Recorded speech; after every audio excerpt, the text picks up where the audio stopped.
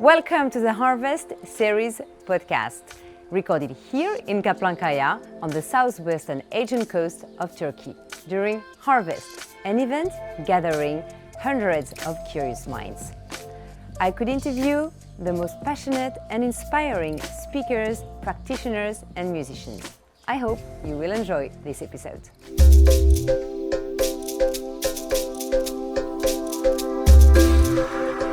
What if, instead of answering with words only, today's guest answered every question through music also? Welcome to a new episode of the Harvest Series podcast, recorded here in beautiful Kaplankaya.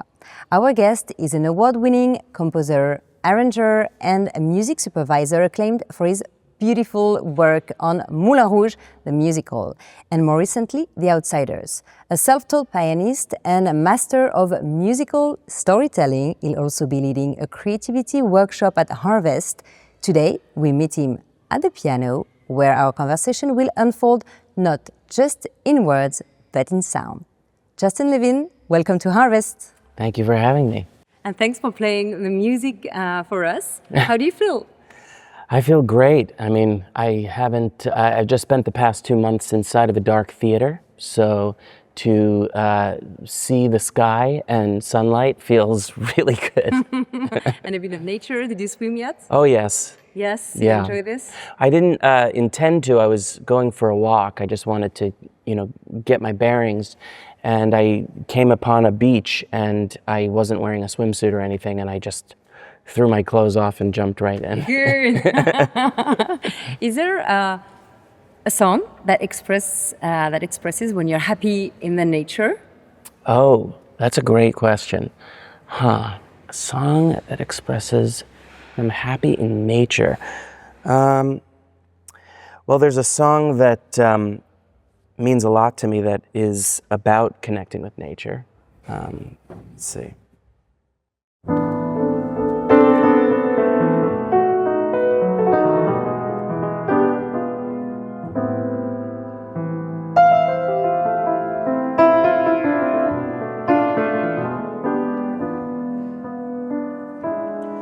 There was a boy,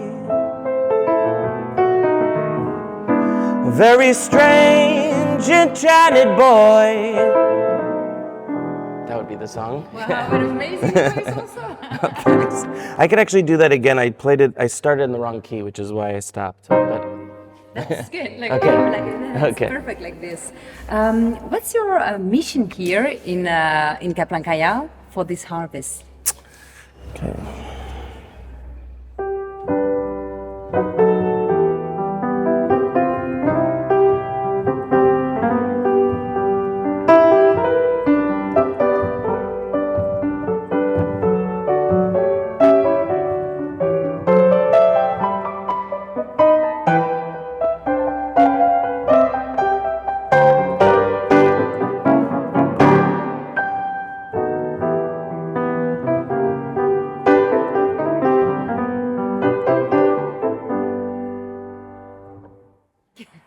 Wow, beautiful. So you're here to teach creativity and give joy? Yes, my workshop is going to be focused on embracing creativity for its own sake. I feel, and this comes out of my own personal experience as well, is that I feel often, certainly in my country, the United States, we're often made to feel like the only reason to pursue something creative is if you excel at it or if it's something that you can make a career out of.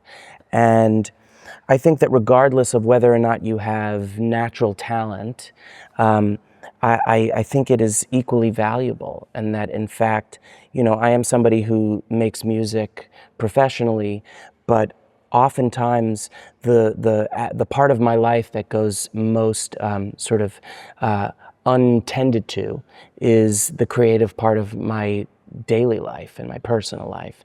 And that I feel like if you are only focusing on your creative energies towards a profession, often you're using up a lot of really, important energy and, dare I say, magic that you can and should be applying to every part of your life.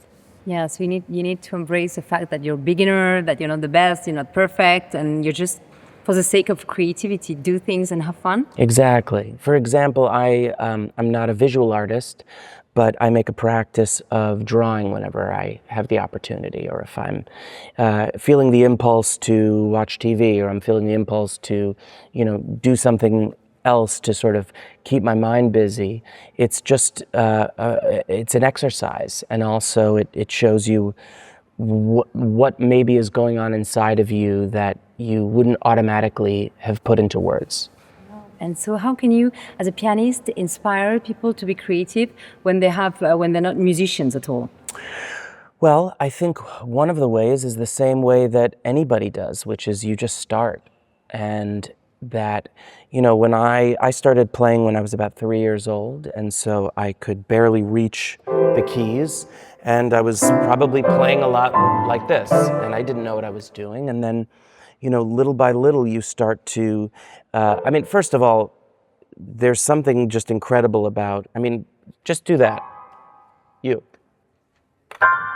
Right? Something happens there, right? It feels different than doing this, right? There's a response. And so I think just connecting yourself to the sounds that you create, already just that tiny little thing makes a huge difference.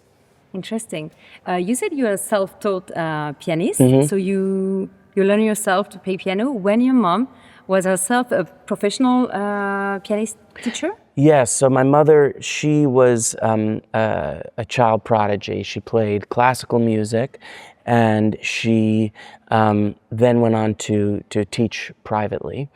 And oddly enough, when she saw that I was interested in it, but could see that I was not interested in taking lessons, she tried, and my scattered brain was just going in every which direction. She had the wisdom to take a light approach to it and let me find it myself.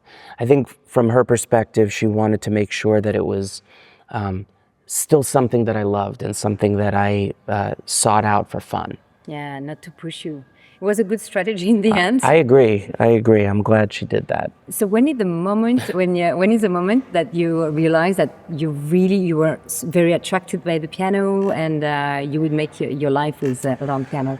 To be honest, I really didn't think music was going to be a part of my professional life until I was in college. Okay. I played throughout my childhood, and I played when I was in college. I actually, to make money, I played in piano bars and in restaurants all throughout college, and also just did it because it was fun and I loved it.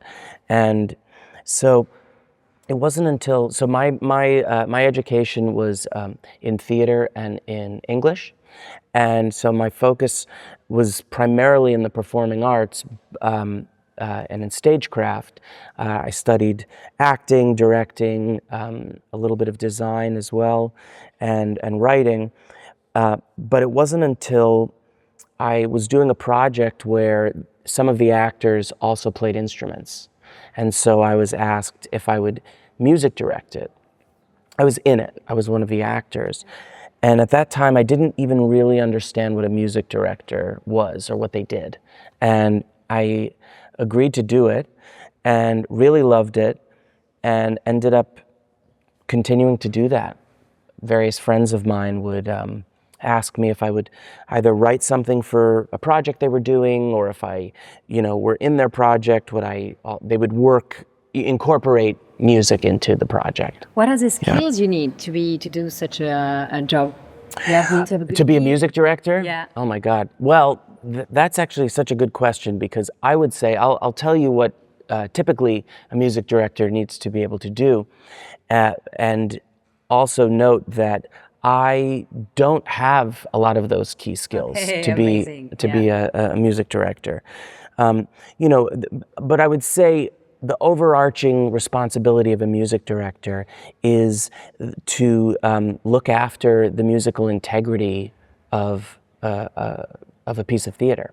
So that includes teaching the songs, That includes maintaining the performances. That includes working with actors. It includes working with the director, the designers, stage management. There are all sorts of aspects. And also as music director, you're then often the conductor of the band or orchestra, and you are essentially the head of music on the show. Okay, is there a part that you love the most and a part that you don't like? Well, I would say that I really enjoy working with actors because I think part of it comes from that being my background, and so speaking that language. Often when I'm in a music rehearsal, my notes or the direction I'm giving is, if you were just listening in, you might be confused as to why I'm talking about something other than the music itself. And so for me, it's about, I really enjoy the process of finding for each individual performer or the ensemble how best to get the most authentic sound out of them. Who speaks the best, your hands or your mouth? Well, I think both of them, both my hands and my mouth, would claim that they speak the best. But I'm definitely a talker, but I also think that my hands often teach me things. So if there are times where, I often struggle with trying to solve problems through rationalizing and through verbalizing, and I process out loud. And sometimes that doesn't work. And so often I will go to the piano and, I don't know, sometimes, as you can see, now words are failing me. And so basically I'll just sit, and sometimes I'll sit and not have an idea, and I'll just go, and I'll be like, okay, well, that was interesting. Didn't plan for that. Okay.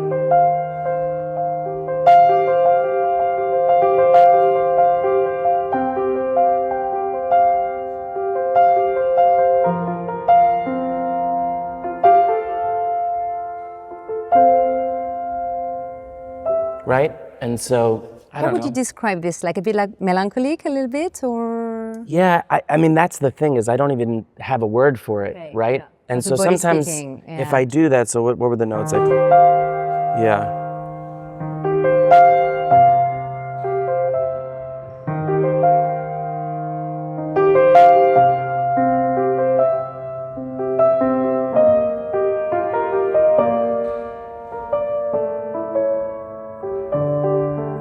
And often what I would do is, oh, that one rings. But often what I would do is I would, if I like what I'm doing, or I feel like I'm onto something, or even regardless, sometimes I'll just keep my phone recording, just in case. And often what I'll do is I'll go back and I'll listen to that, or I'll just have it playing if I'm doing the dishes or something. And I actually think distance is often the most helpful way to get some sort of read on it. Okay, oh, you register yourself. So when you go like this? Yeah. Okay. And you reuse for later, or what? Or it helps you Sometimes. to read your mind? What? I don't know. I mean, it just sometimes points to, sometimes it'll be a month later. Okay. I will say I'm not a very disciplined person. It's something I have to work at. And so for me, it's less of a specific practice where or a process, I should say. It's more, or it's not formal. It's something that just kind of happens, and it's, but I also like being surprised, because sometimes I'll go through voice notes just to clean up my box and see what's going on. And then every once in a while, I'll find something and be like, oh, that's really interesting. What was the date? Oh, I remember. That was a really hard time, or, and it's so in that sense, I think sometimes just feeling around is what we're doing. So how do you mix your creativity and your spontaneity with like a big orchestration, like a Moulin Rouge, and with a lot of money behind? Yeah. And That's such a good question. So in the case of Moulin Rouge, I felt very strongly from the beginning that in order to really honor the film and the incredible work that Baz Luhrmann and his whole team did on creating that sound, because I feel like that movie has such a distinct sound. It's not a clean sound. It's not a heavily orchestrated, or it's not. I mean, I don't want to make it seem like it doesn't involve a lot of very deliberate choices, because it does, but the texture of it is very jagged. Like if you go back and listen to it, there are times where you're hearing like an orchestra moving in this direction and a rock band is moving in this direction, and things are really clashing and crashing against one another in these incredible ways. Like it's messy and it's life. Because it's this epic dramatic love story, right? So anyway, when I got the job, the first thought I had about orchestrating it was that it probably needed to be done in collaboration with a few people, because I felt that I really wanted to make sure that this was music that people were going to enjoy playing. So I'm thinking about the band in this case. And so I had my dear friend Katie Kresick is this incredible string arranger and string player, and so I thought of her as someone who would really be able to, run wild with the strings, and that she and I could collaborate on that together. And I thought of my friend Charlie Rosen, who is an unbelievable horn arranger. And he just has this gift at making 4 horns sound like 12 horns. And so I very quickly knew that these 2 people I would work with, as well as my friend Matt Stein, who is an engineer and a producer, and makes beats, works in all sorts of different styles. And essentially, I saw myself as the captain of a team. And so because also I don't read music, or I'm not musically literate, so I couldn't just sit down and write out the score. I went into Matt's studio and built demos from the ground up. So let's say we were doing Your Song, Elton John. So I would, think of the song, right? So, and I would sit in the studio and I would play that. It's a little bit funny, right? This feeling inside. I'm not one of those who can easily hide, right? So I would play that, and then I'd listen to it, and I'd be like, well, we need strings. Okay. So then I would play synth strings, and I'd say, oh, you know what, it would be really cool if, and so forth. We would just keep adding things to it. And then really I could not have done that work without this incredible team. Okay, and because I think it's very interesting when you're not very creative, or it's not your work, to co-create, because to be creative yourself is something, but to co-create, and not 2 people, but like all team, to mix the creativity of people, or when someone is super enthusiastic with his own creativity, but it doesn't really match your expectations. How do you deal with that? Yeah. Well, I think it requires humility. It requires also, I think it requires a leader in that mix, and I had to be able to, and that's why when I described it to them and I said, let's think about this like I'm the captain of a team. I'm calling the plays, and that ultimately I reserved the right to sort of veto things, or to sort of make a decision if we were split on something. And so that I knew that ultimately we didn't want the show to be orchestrated by committee, but we knew that ultimately, also, I knew that these were all really not just incredible artists, but very humble and kind people with whom I would be able to have those conversations with.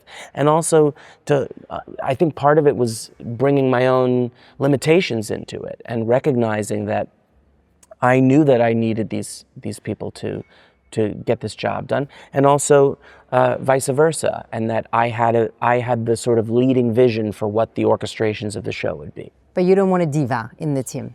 No, I mean, every once in a while you work on a project and there are divas, in the mix. In fact, more often than not there are.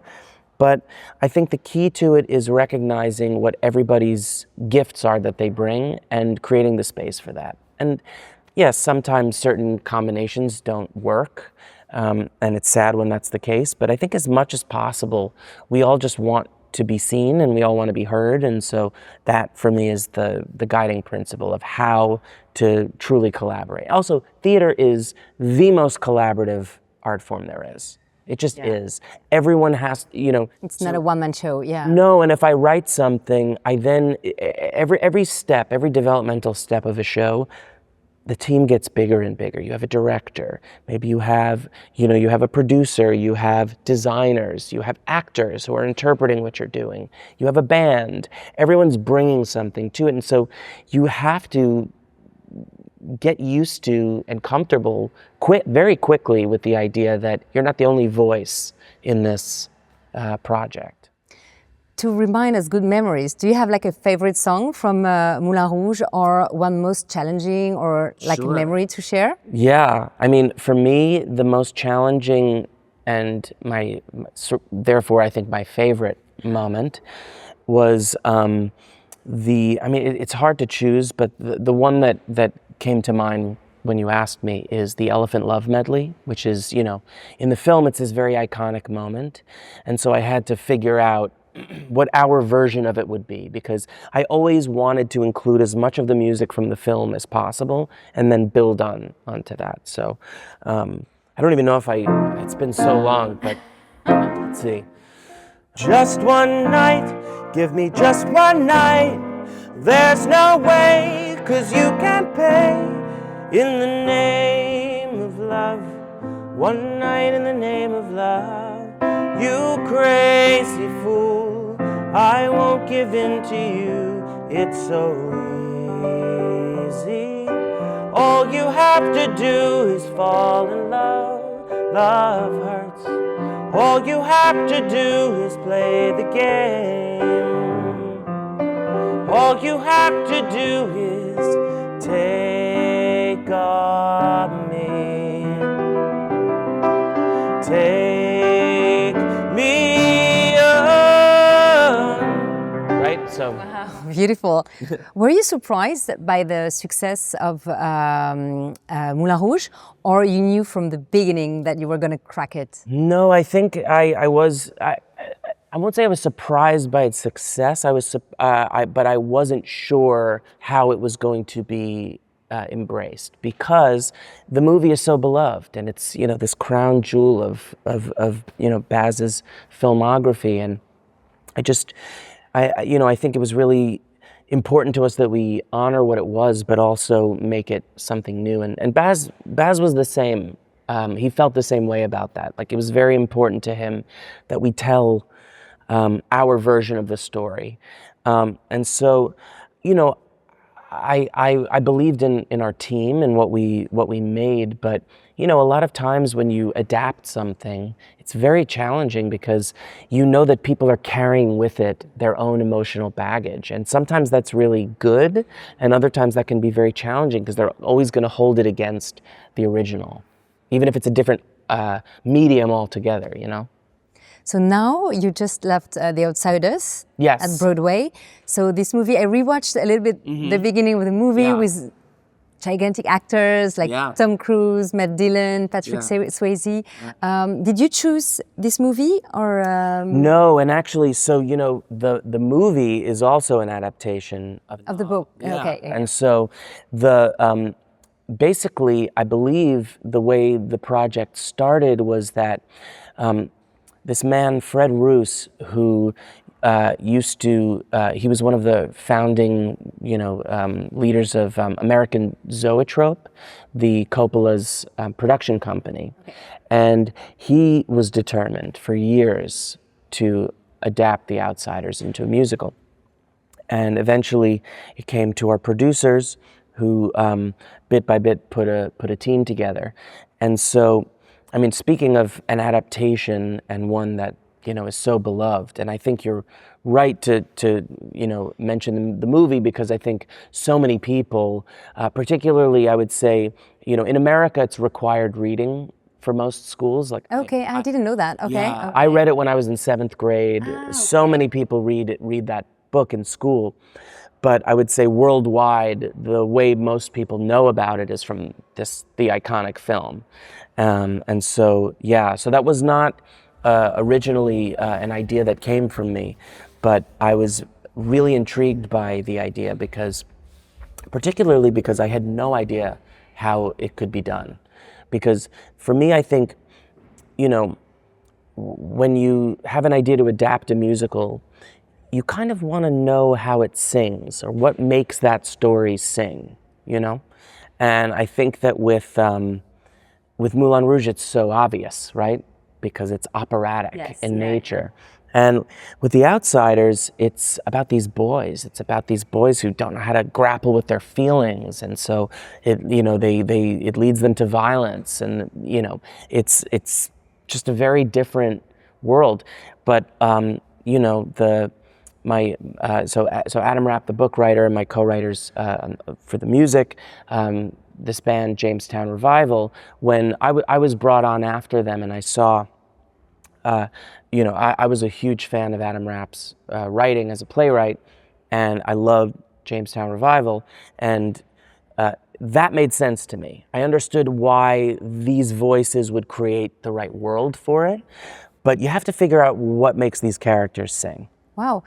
You're mentioning the violence. It's true that I was watching, before preparing the interview, I was watching a little bit of the movie, and my son, who's 10 years old, came and watched over my shoulder, and then I saw his face, and then I watched it was like under S16, so it's quite psychologically, a little physically, of course, and but I would say mostly psychologically very violent, and so how do you put it in the play? Sorry. Well, so the violence in our show, we made a conscious choice that the violence would not be musicalized. Okay. And that, you know, musicalizing violence has absolutely worked in the past. I think West Side Story being a fantastic example of that. But that I think we felt like for the language and the way in which we were telling the story, that we really wanted the audience to not let music distance themselves from the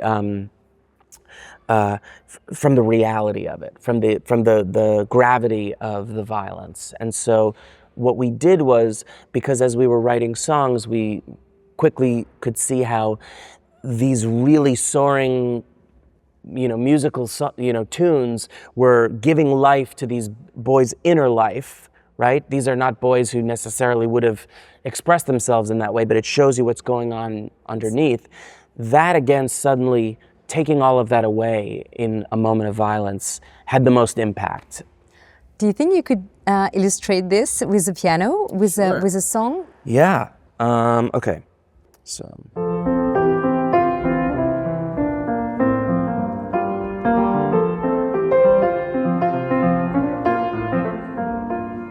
Pony boy, this house ain't a home without you. Me and Daryl wish that you and Johnny would just come home. Brother needs you just as much as you need him. And brother, we ain't doing too good alone.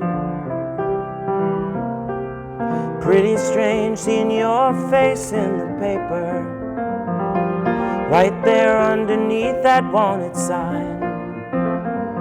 I know you're laying low, but I just wanted you to know I'm afraid that we are running out of time.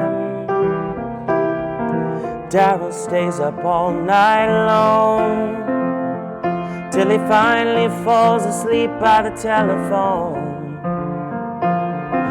Pony, what's been done is done. There's only so far you can run. Hope that what I'm saying is getting through. I wrote this letter just to say to you, Pony boy, this house ain't a home without you. Oh, pony boy, this house ain't a home without you. Beautiful. Wow. How is the show going? Great. We're still running, still going strong. It's on Broadway. So, we opened almost a little over a year ago now, and so far so good. Can I ask you like brief questions? Like, what's a song that reminds you of a broken heart? Of a broken heart. Ooh, okay. Your broken heart. My broken heart? This is the song that's coming to mind, but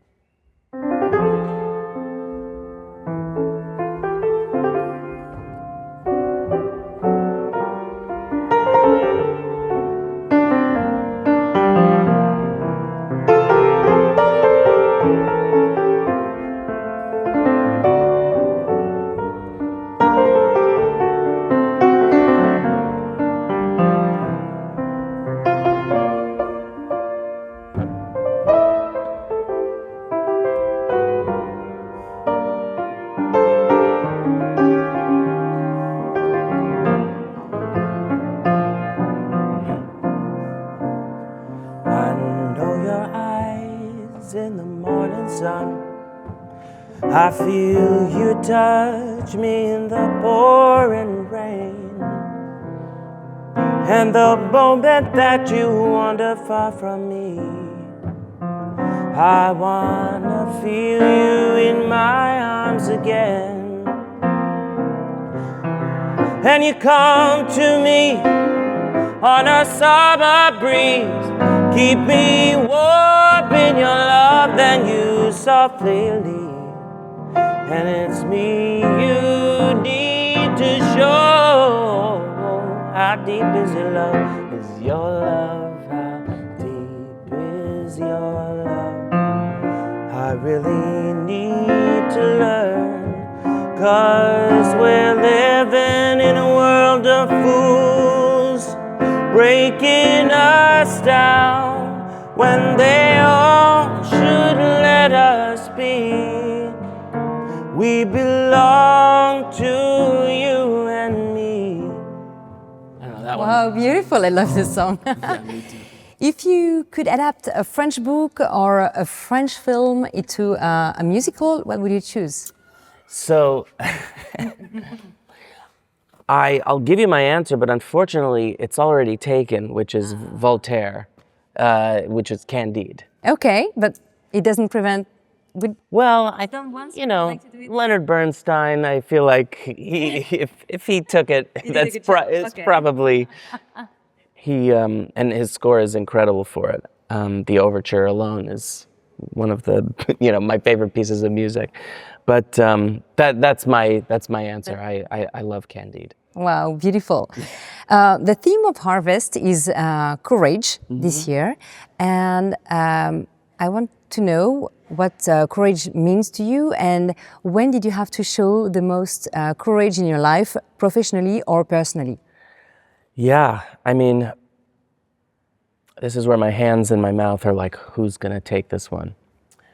I mean, I think courage is something that often comes from the collective in theater, and that because it's such a collaborative art form, you find courage in a group. And I think for me, the place where courage has had to come most for me musically is in doing that on, actually I would say, with The Outsiders. I mean, in some ways, I think with Moulin Rouge, it was having to accept that I was going to make something that half the people were going to love and the other half were going to be mad that I didn't do it exactly as it was in the film. But I think with The Outsiders, it's funny, I even surprised myself with that answer, but I think what I mean is that you have to really be vulnerable when you're collaborating with people. You have to be vulnerable because you're going to spend so much time with those people. And, these guys have become some of my best friends. But that's not how we started, We were introduced to each other professionally. And so I would say, particularly for this group of adult children who, these men who were like sort of pushed into this quartet, we had to really find ways to be vulnerable with each other and how to tell a story that is about deep pain, often unresolved, and let it get ugly sometimes, and also be able to put our egos down when we need to. And so, yeah, I mean, I think, and as far as personally, I think they're sort of one and the same in the sense that I think that you have to have the courage to be yourself as you show up in a collaboration and also in your personal life. And that I think I've often been somebody who I think I'm a caretaker and somebody who wants to solve people's problems, the people that I love. And so I think sometimes as a result, I was less in touch with what I was capable of at that time or what was good for me. Yeah. Apply this to my personal life, apply this to my professional life. And it's actually knowing when to put your pencil down, knowing when to say, actually, I can't do that. So I think because work has often been so central to my life, that was where I had to learn it first, but it is something that I have applied to every aspect of my life. Oh, very interesting. Thank you so much, Justin, first for bringing this mini Broadway here in Caplancaia with me only and sharing it to Harvest. Thank you so much, and also for sharing your talent, your creativity, and I can testify that your hands are as good as your mouth for this interview. So congratulations. Thank you so much. Thank you for watching us. If you want to close it with a song from The Outsiders, you're welcome. Otherwise, we finish. Okay. Yeah. Okay. It was a pleasure to have you. Oh, thank you.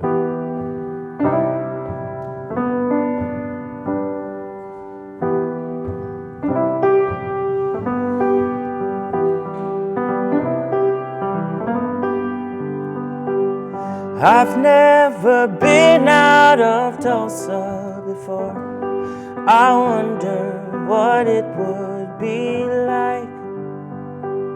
And I've never known anybody to leave.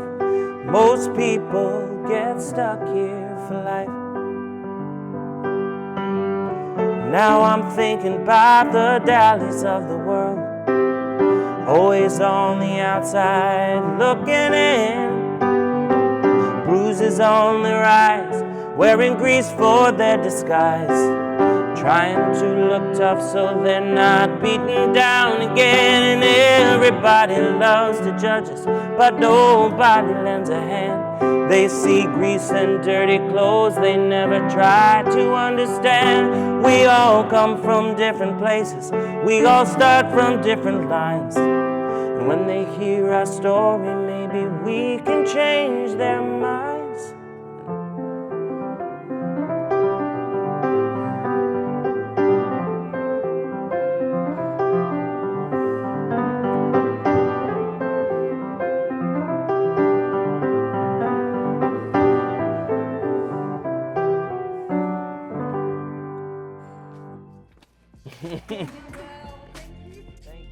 Thanks for watching this episode of the Harvest Series podcast recorded in Caplancaia. If you enjoyed this episode, don't forget to subscribe to have some more.